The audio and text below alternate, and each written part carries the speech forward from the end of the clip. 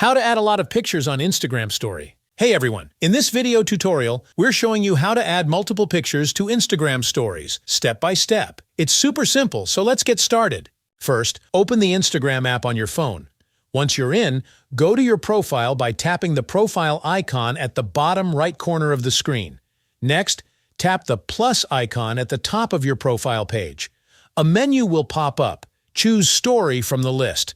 You'll now be taken to a screen showing all the photos and videos from your phone's gallery.